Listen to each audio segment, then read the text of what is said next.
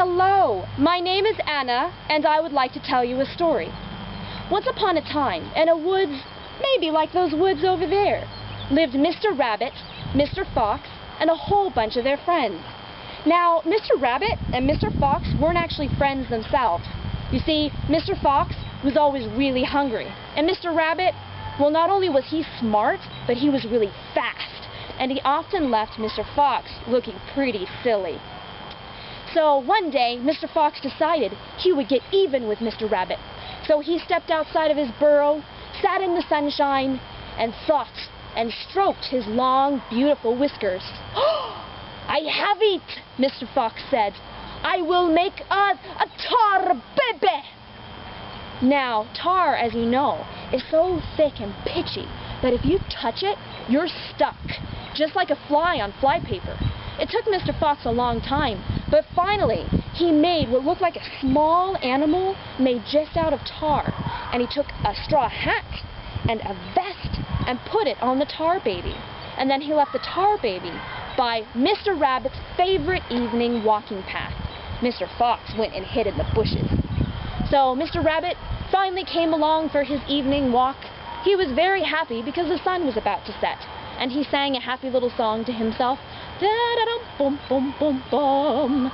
And then Mr. Rabbit saw a stranger sitting by his favorite walking path.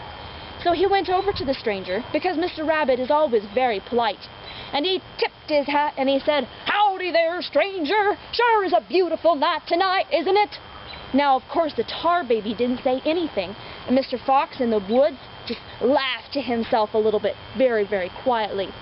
Now, Mr. Rabbit thought maybe the stranger was sleeping, so he said it a little bit louder. "Howdy there, stranger! Sure is a fine night tonight, isn't it?" The tar baby didn't say anything. By this time, Mr. Rabbit was kind of peeved. He said, "You know there, stranger, in these parts it's polite to answer back if someone asks you a question." The tar baby didn't say anything. In the woods, Mr. Fox laughed to himself and stroked his long whiskers. Mr. Rabbit said, "All right there, stranger, I'm going to give you one more time, and if you don't answer me back, well, I'll show you a thing or two." So he said, really loudly, "Howdy there, stranger! Sure is a fine night tonight!" The tar baby didn't say anything, so Mr. Rabbit pulled back his paw and landed a good one right in the tar baby's stomach. I told you tar was really sticky, right?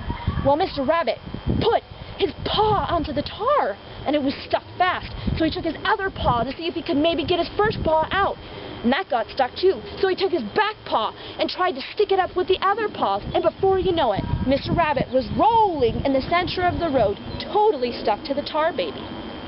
Mr. Fox came out of the woods, and he stroked his whiskers, and he laughed, and he said, "I have you now, Mr. Rabbit! I am going to roast you, and fry you, and cut off your little cottontail with a huge chopper!"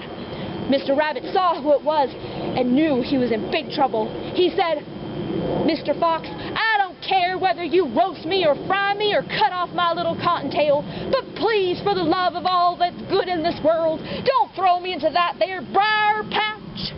Mr. Fox thought for a minute. You see, he already had the wood and the chopper that would allow him to roast, fry, and chop off Mr. Rabbit's cottontail. But he said, "Oh, you mean that briar patch over there?"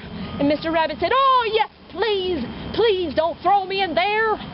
And Mr. Fox said, "Well, you know, I had the wood that would allow me to roast you and fry you, and I have the chopper that would cut off your little cottontail." And Mr. Rabbit said, "That's all fine, Mr. Fox, do whatever you like, but please don't throw me into that there briar patch." Well, as you can guess, Mr. Fox thought the briar patch would be a great idea, so he picked up Mr. Rabbit, picked off the tar baby, and threw Mr. Rabbit as far as he could right into the briar patch. Mr. Rabbit rolled himself into a ball and hit the briar patch at full speed. Finally, he hit the ground, and Mr. Rabbit dusted himself off and started to laugh. He laughed so long and hard that Mr. Fox didn't know what to think. Mr. Fox said, "What is going on in there, Mr. Rabbit?" Mr. Rabbit said, "Mr. Fox, I was born and bred in a briar patch." And so Mr. Rabbit went hopping off happy as can be. And Mr. Fox, well, he was foiled again. Thank you so much.